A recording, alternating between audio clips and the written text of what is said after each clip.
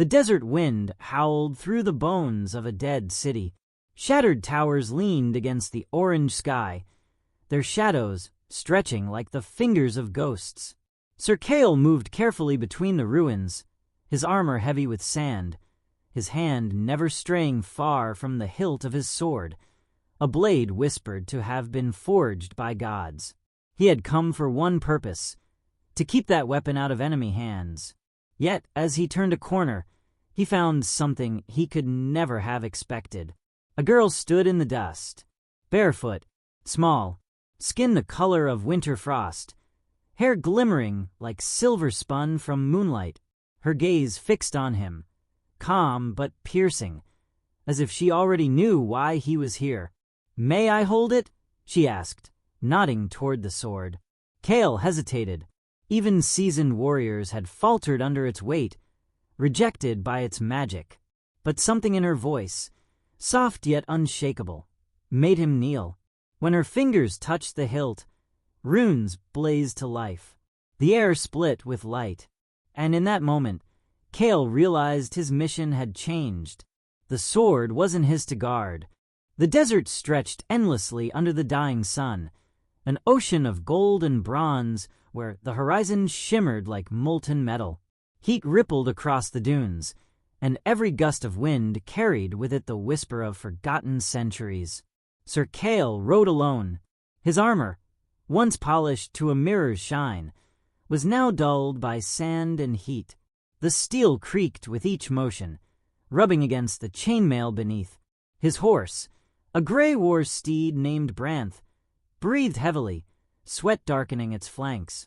They had been traveling for 3 days without shade, following a map older than the kingdom itself. The map marked a single word in faded ink: Vareth, the city of silence. Kale had heard the stories. Every soldier had. A place swallowed by the desert centuries ago, where an ancient war between gods had left the very stones cursed. Those who went seeking its treasures never returned. But Kale was not here for gold. He had been sent for something far more dangerous. Strapped to his back, wrapped in oiled cloth, was the Godblade. It was not his weapon, not truly. The blade had been entrusted to him by the High Order, its history spanning ages. Legends claimed it could cut through not only steel, but the very fabric of the world. It was forged to be wielded by the chosen heir of the old gods, and Kale's mission was to ensure it never fell into enemy hands. By dusk, the first outlines of Vareth appeared on the horizon. The ruins rose like jagged teeth against the sky. Massive stone gates, half buried in sand, loomed over the empty streets. Statues, worn faceless by centuries of wind, still stood in silent vigil. Broken towers leaned drunkenly over the main road, their shadows stretching long and sharp. The air was different here, heavy, as if the city still breathed. Kale dismounted, leading Branth through the gate. The sound of hooves on stone echoed strangely, as though the walls themselves were listening. He passed through a wide plaza where a fountain once flowed. Its basin was now cracked and dry, but the carvings along its rim, faintly visible beneath layers of sand, depicted warriors kneeling before a figure wreathed in light. The figure's face was gone, erased by time, but Kale could feel the weight of its presence even now. Something moved in the distance. Kale froze, his hand instinctively reaching for the Godblade. The movement was small, a flicker of white darting between two pillars. Could be the wind catching cloth, he told himself, or it could be something else. As he ventured deeper into the city, the feeling grew stronger, a pressure in the air, like standing on the edge of a storm. Each corner he turned revealed more of Varetha's bones. Crumbling stairways, doorways leading into shadow, fragments of mosaic floors glinting beneath the dust. Then, without warning, Branth stopped, the warhorse's ears pinned back, nostrils flaring. Kale followed the animal's gaze. There, standing in the middle of the street, was a child. She was small, barefoot, and utterly still. Her skin was a pale, almost luminous blue, like moonlight caught in ice. Long silver hair framed her face, drifting lightly in the breeze. Her eyes, bright and unblinking, locked on Kale with an intensity far beyond her years. Kale's first thought was that she could not possibly have survived here alone. His second thought, the more unsettling one, was that she was not afraid of him. Not in the slightest. "Who are you?" Kale called, his voice low but steady. The girl did not answer. She simply tilted her head, studying him like one might study a painting. Then, slowly, she took a step forward. The air shifted. Kale felt the hair rise on the back of his neck. The faint hum of magic, dormant for centuries, stirred in the stones beneath their feet. Somewhere deep inside Vareth, something had awakened. And Kale knew, with sudden clarity, that his mission was about to change. The girl's bare feet made no sound as she stepped closer. Each movement was deliberate, almost weightless, as though she wasn't truly bound to the earth beneath her. The faint golden light of the setting sun caught in her hair, turning each silver strand into a thread of molten light. Kale's instinct screamed at him to keep his distance. Yet something deeper, older than instinct, urged him not to draw his weapon. He cleared his throat, adjusting the godblade's strap on his shoulder. "You shouldn't be here," he said firmly. "This city, it's not safe." The girl's lips curled into the smallest hint of a smile. "You shouldn't be here either."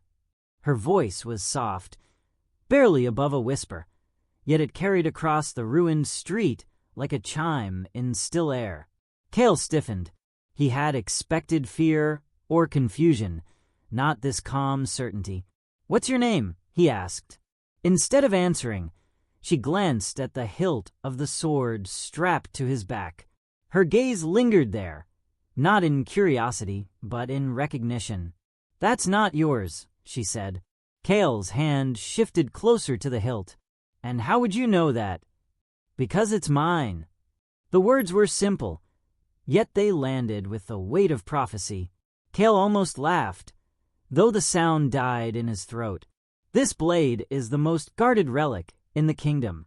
It has been carried by kings, blessed by priests, and sealed away in vaults that took lifetimes to build. It does not belong to a child wandering ruins." Her eyes, cold, silver bright, never wavered. "It doesn't belong to you either. You're just holding it for me." For a moment, the world seemed to tilt. The wind stilled. Even Branth shifted uneasily, stamping a hoof against the cracked stones. Kale didn't believe in omens, but he felt one settling around him now, as if the city itself was listening. "Who sent you?" Kale demanded, his voice tightening. "Are there others here?" The girl shook her head. "No one sent me. I've been here waiting." "For what?" "For you to bring me my sword." Her certainty was unnerving. Kale felt a creeping sensation in his chest, the same he had felt once before, years ago, when standing before the High Oracle as she recited a prophecy too strange to understand. This felt the same, incomprehensible, yet undeniably real. He took a cautious step forward. "What's your name?" he tried again. This time, she answered, "Lyra." The name rang faintly in his memory, though he couldn't place where he had heard it. "All right, Lyra," Kale said, his tone measured.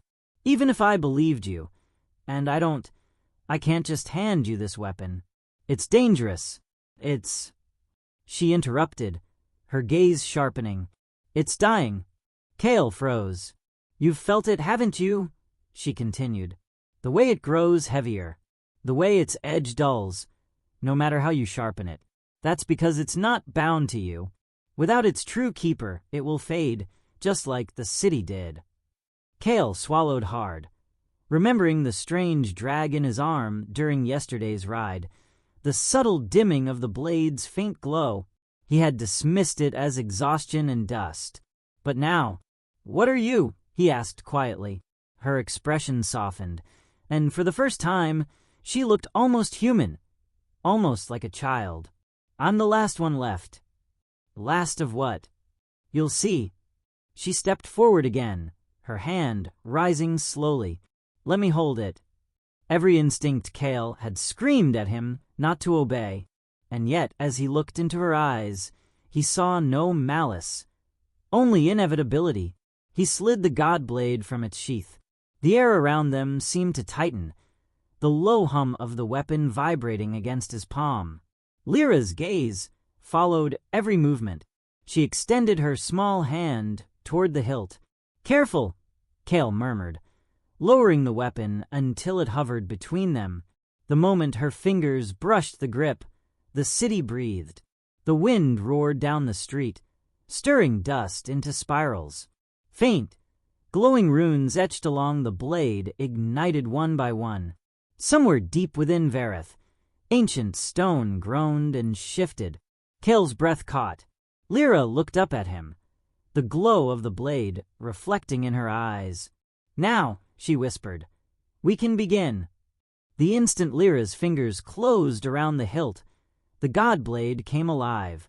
A blinding arc of light ran the length of the weapon, spilling into the broken street in waves of gold and silver. The runes carved into the steel burned with fire older than the kingdom itself, each one flaring as though waking from centuries of slumber. Kale staggered back a step. He had felt the sword hum before, faint vibrations, a quiet pulse of magic, but never like this. This was not the steady rhythm of a dormant relic. This was a heartbeat. Lyra didn't flinch. Her grip was steady, her stance unshaken, as if the power surging through the weapon recognized her as its rightful channel. Her silver hair whipped in the wind that had suddenly erupted between the ruins. The air itself grew heavy. Kale could feel it pressing against his skin, as if invisible hands were testing his resolve. Brant reared, eyes rolling, before Kale caught the reins and pulled him back. Lyra! His voice was almost lost in the roar of energy surrounding them. What's happening? She glanced at him briefly, her expression calm, almost serene. It's remembering me. The words sent a chill down his spine. The ground trembled beneath their feet. Dust cascaded from the broken facades of the buildings around them. Far above, crows erupted from a crumbling tower, their cries sharp against the deep hum filling the city. Kale's training told him to take the sword back, to end this before it spiraled beyond his control. But some part of him, the part that had kept him alive through wars and ambushes, told him this was meant to happen. Remembering you? He pressed. Yes, she said, her eyes fixed on the glowing blade. It knows its keeper. The bond is returning. Without it, the blade would have faded into nothing. With it, she stopped. A sudden shockwave exploded outward, knocking Kale to one knee. The wave rippled down the street, shattering brittle stone and scattering sand into the air. Through the swirling dust, a faint sound began to emerge, low and resonant, like the tolling of a distant bell. Only it wasn't distant. It was coming from the sword. Kale stared, his heart hammering. What is it doing? It's calling them, Lyra said softly. Calling who? Her answer was almost a whisper. The ones who will try to take it. Before Kale could respond, movement flickered at the edge of his vision. Shadows, long and sinuous, stretched across the plaza. Figures began to emerge from the deeper streets of Vareth. Human shapes at first glance, but wrong in the way they moved. Their limbs bent strangely, their faces hidden beneath torn veils of cloth and sand. Kale's hand went to the dagger at his side, but his eyes stayed on Lyra. You're telling me you've just summoned every enemy within reach? Her gaze was unwavering. Not enemies, testers. I don't need a test. But I do, she said. And so does the sword. Kale's jaw tightened. He could feel the pulse of the god blade in the air now, like a drumbeat syncing with his own heartbeat. The approaching shapes grew clearer, each one clutching jagged, rusted weapons, their steps uneven yet purposeful. The wind tore at his cloak, sand lashed against his cheeks. The sky had taken on a strange hue, not quite gold, not quite silver, as if caught between day and night. "Stand with me," Lyra said, her voice almost lost in the storm. "Or step aside." Cale met her eyes. She was just a child, and yet in that moment, she carried herself like a queen commanding a battlefield. Something inside him shifted. Not trust, exactly, but the acceptance that whatever path he had been on, it had already changed. He drew his dagger, stepping forward until he stood at her side. "If this is a test," he muttered, "let's make sure we pass." The first of the shadowed figures stepped into the light of the Godblade, and Cale finally saw its face, or rather, the absence of one. Only a smooth mask of pale skin where eyes and mouth should have been. The sword's glow intensified. The bell-like hum deepened, vibrating through Cale's bones. Lyra raised the blade, and the storm seemed to bend toward it, as if the very air recognized its master. The test had begun. The first of the faceless figures lunged. It moved unnaturally fast, closing the gap between them in a blur of tattered cloth and pale skin. Cale stepped forward, intercepting the blow with his dagger. Steel rang against rusted iron, the impact shuddering through his arm. Lyra did not flinch. She pivoted to the side, the Godblade cutting a perfect silver arc through the air. The figure split cleanly in two, dissolving into a cloud of ash before it hit the ground. But more were coming. From every alley and broken archway, the testers poured into the plaza, dozens of them, their steps jerky yet deliberate, their eyeless faces turned toward the sword like moths to flame. Cale's mind raced. He had fought men, beasts, and worse, but these things they felt wrong, like they were only partially real. "Stay close to me," he barked, slashing another across the torso. "I don't need you to protect me," Lyra replied, her voice calm even as the blade in her hands blazed with light. The Godblade's glow intensified with each strike she made, its runes burning so bright that the shadows around them seemed to shrink away. Cale realized something. The sword wasn't just cutting them. It was unmaking them, erasing them from existence entirely. "Where are they coming from?" he asked between blows. "They're not from here," she said, parrying an incoming strike and countering with a slash that sent another figure scattering into dust. "They're drawn from the shifting veil, a place between worlds. They were created for this purpose alone, to test the worth of the one who wields the blade." Cale gritted his teeth. "And if the wielder fails, then the sword chooses no one, and both of us die." The words hit him harder than the fight itself. Every swing of his dagger felt heavier now, not from exhaustion, but from the weight of what was at stake. The attackers circled them, shifting and weaving in unnatural patterns. One leapt high, coming down with a jagged spear aimed for Lyra's head, but before Cale could move, she raised the Godblade in a single fluid motion. The spear shattered on contact, and a shockwave burst outward, flattening every enemy within 10 paces. Cale stared at her, chest heaving. She stood in the center of the storm, the blade in her hands glowing so bright it hurt to look directly at it. "You've done this before," he said. Her eyes flicked to his, unreadable. "Not in this life." Before he could question her, a new sound split the air, deep resonant, like the groan of an ancient gate opening. The ground beneath them cracked, and light seeped up from the fissures, tracing intricate patterns in the stone. The remaining testers froze mid-step, their heads tilted toward Lyra, as if waiting. "It's time," she murmured. "Time for what?" Cale demanded. "For the sword to remember everything." The fissures widened, and from them rose visions, not physical forms, but images made of light and shadow. Cale saw towering figures wreathed in flame, oceans boiling under black skies, cities carved into mountains that glowed like embers. And at the center of it all, a throne of pure light with a child seated upon it. Her skin was the same pale blue, her hair the same silver. "Is that you?" Kale whispered. "In another age," she said quietly, "before the gods fell." The visions shifted, showing armies clashing in endless battle, the godblade cutting through both mortal and immortal foes. Kale saw it handed down from warrior to warrior, always returning to the same bloodline. Lyra's voice was steady, almost resigned. "I am the last of that line, the last one the blade can answer to. And you were never meant to wield it, Kale. You were meant to bring it back to me." The realization sank into him like a blade of its own. Every hardship, every battle he'd fought to protect the weapon, all of it had been leading here.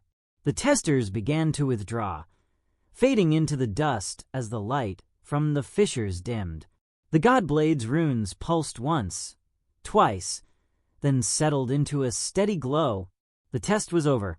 Kale sheathed his dagger slowly, his eyes never leaving Lyra. "If this is true," he said, "then our enemies will be coming for you." She met his gaze without fear. "They already." The last traces of the testers dissolved into the wind, leaving the plaza silent once more. The fissures in the stone sealed themselves with a low resonant hum, as though the city was exhaling after holding its breath for centuries. Kale stood still, his hands resting on his knees, drawing slow, controlled breaths. The heat of battle still thrummed in his veins, but around them, Vareth had gone still, too still.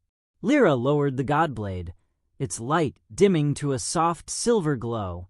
In her hands, it looked as though it belonged there, not as a weapon stolen from some vault, but as a limb returned to its body. She slid it across her back in one smooth motion, the strap adjusting itself as if it recognized its true master. Kale's gaze lingered on her. The child who had been a stranger just hours ago now carried the fate of kingdoms in her hands. And whether he liked it or not, so did he. "You didn't tell me," he said at last. "I couldn't," she replied, stepping past him toward the plaza's western archway. The sword wouldn't have allowed it until the bond was restored. Kale followed, his boots crunching over centuries of sand. "And now that it has..." Now she looked back at him, eyes catching the last light of the setting sun. "Now they'll all know where I am." He didn't need to ask who they were. The stories he'd heard in barracks and war councils came flooding back. Whispers of shadowborn hunters, fanatics of the shattered God King, warlords who would kill or burn entire cities just to control the blade. "Then we leave tonight," Kale said. Lyra shook her head. "We leave now." They passed through the western gate, where the city gave way to open dunes. The horizon ahead was already darkening, not from the night, but from a wall of dust sweeping across the desert. In its swirling heart, Kale thought he could see shapes, riders, dozens of them, maybe more. "They're faster than I expected," Lyra murmured. Kale grabbed Brantha's reins, pulling the horse forward. "We'll head for the Black Canyons. The wind there will mask our trail." Lyra mounted behind him without protest, gripping the back of his armor. As soon as Kale dug his heels into Brantha's sides, the warhorse surged forward, sand spraying in their wake. The ruins of Vareth shrank behind them until they were just a jagged silhouette against the storm. The ride was brutal. The wind clawed at their faces, whipping grit into Kale's eyes and stinging his skin. Brantha's hooves struck the sand in a steady rhythm, but Kale knew the horse couldn't maintain this pace for long. Over the roar of the wind, Lyra spoke. "You've spent your life guarding the sword. You were chosen for that, weren't you?" Kale kept his eyes forward. "I was trained for it, groomed from the time I could walk." "And yet you're still here," she said softly. "Still riding with me, even after knowing the truth." Kale glanced back at her. "I've guarded 100 treasures for people who didn't deserve them. I think you might." For a moment, a faint smile touched her lips, but it vanished as quickly as it came. Then you should know, the sword's awakening was only the beginning. My enemies will not stop, and neither can we. The storm grew closer. The shapes within it were clearer now. Riders clad in blackened armor, their banners snapping like torn wings in the wind. Kale tightened his grip on the reins. Then we make them regret chasing us. The first arrows hissed through the air, vanishing into the sand around them. Branth leapt over a narrow dune ridge, sliding down the far side before regaining speed. The canyon mouth loomed ahead, a dark slash in the desert, its stone walls jagged like the teeth of some buried giant. They plunged inside just as the storm broke against the canyon's edge, cutting off the view of their pursuers. The sound of the wind was replaced by the eerie hush of stone corridors, broken only by the echo of hooves. Kale slowed Branth to a steady trot. We'll make camp deeper in, rest, then plan our next move. Lyra nodded, her eyes scanning the shadows as though expecting them to come alive. For now they had escaped, but Kale knew the truth. This was not an ending. This was the first step on a road far more dangerous than he'd imagined. And somewhere, deep in the canyon's silence, the God Blade hummed softly, as if already sensing the battles yet to come.